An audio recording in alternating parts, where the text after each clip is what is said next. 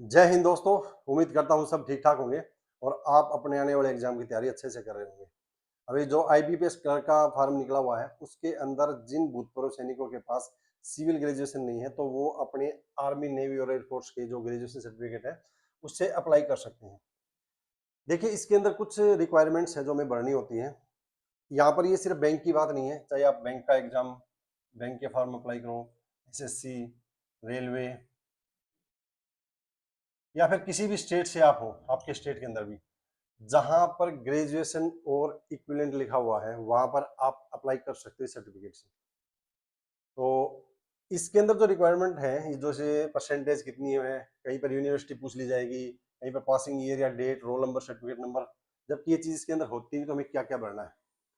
देखिए मैं हरियाणा से बिलोंग करता हूँ। मेरे स्टेट में जो पीछे वैकेंसी निकली थी, मेरे साथ का एक दोस्त है, उसके पास सिविल ग्रेजुएशन नहीं थी, तो उसके अंदर कुछ फील्ड थे जो हमने भरने थे। तो उससे हमने जैसे जिला सैनिक बोर्ड, आप लोगों को भी कहूँगा, जितने अगर आपके ऐसे डाउट हैं, जो स्पेशल डाउट हैं आपको क्लियर करने, आप जिला सैनिक बोर्ड से जरूर संपर्क करिए।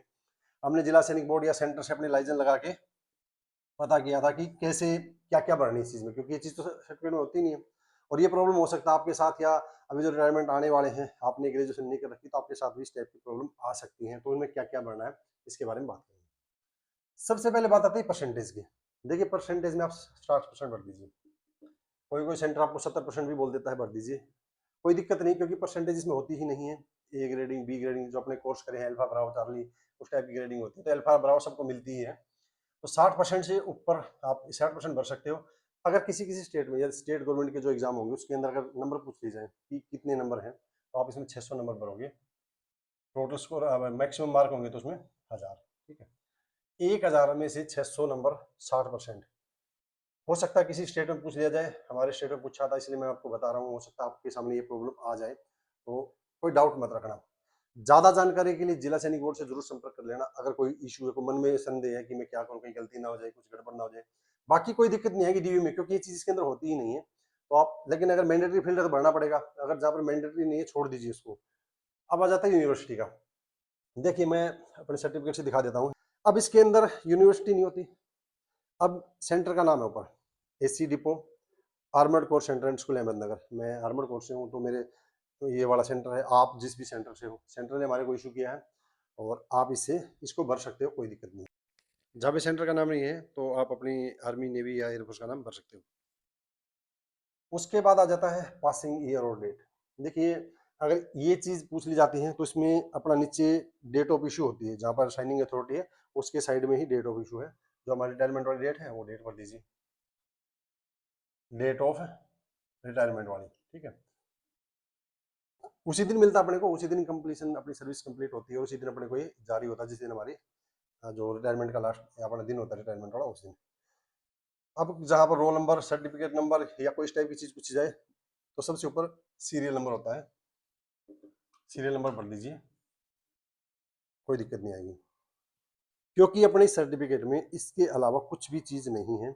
और ये नीचे लाइन लिखी हुई है, ये जो सर्टिफिकेट है मे बी कंसिडर्ड। जो ये कंसिडर कहाँ पे होगा, ग्रुप सी की पोस्ट, जहाँ पर जो क्वालिफिकेशन क्या है, ग्रेजुएशन, यानी सिर्फ ग्रेजुएशन होगी ना, वहां पर आप इससे अप्लाई कर सकते हो। ठीक है, ग्रेजुएशन जिसके अंदर नॉर्मल ग्रेजुएशन मांगी गई है बिना स्पेसिफिक के, उसमें आप अप्लाई कर सकते हो।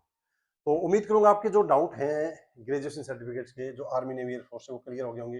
यही चीज, इसके अलावा ऐसी कोई चीज है नहीं। Percentage, university, passing year, roll number, बाकी नाम, फादर नेम और सबके अपने और सर्टिफिकेट होते ही हैं 10वीं वाले में, +2 वाले में।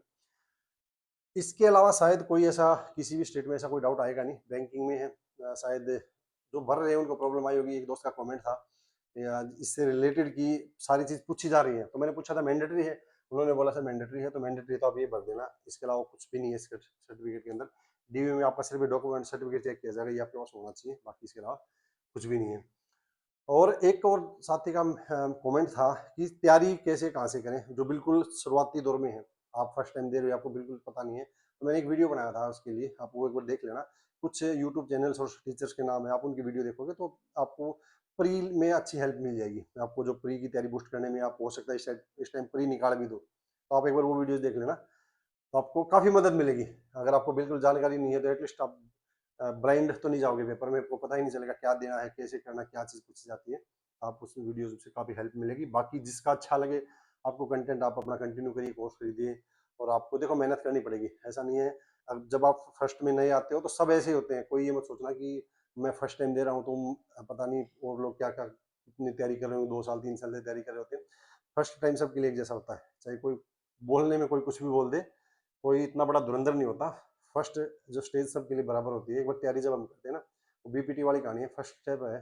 एक बार वो दौड़, एक बार स्टार्ट कर दी तो मंजिल पहुंच ही जाती है। बस पहला काम होता है अपना फर्स्ट स्टेप रखना। तो ये था ग्रेजुएशन सर्टिफिकेट से रिलेटेड जो भी डाउट थे। इसके अलावा कोई डाउट होगा नहीं, और कोई हो तो कमेंट कर देना, जितना मेरे से हो सकेगा बता दूंगा। फिर भी इसके अलावा मैं आपको कहना चाहूंगा, अगर कोई भी डाउट आपके मन में, कोई संदेह आ जाए, तो उस संदेह को दूर करना या तो रिकॉर्ड से अपना कॉन्टैक्ट करके, जब रिटायरमेंट आते हो कोई ना कोई साथी मिल ही जाता है, कोई क्लर्क होगा, कोई और होगा, या जिला सैनिक बोर्ड नजदीकी होता है, एक बार जिला सैनिक बोर्ड में जाके संपर्क करिए, आपके सारे डाउट दूर हो जाएंगे। उम्मीद करूंगा वीडियो अच्छा लगा होगा। वीडियो अच्छा लगा तो लाइक शेयर और सब्सक्राइब जरूर करना। बहुत बहुत धन्यवाद दोस्तों।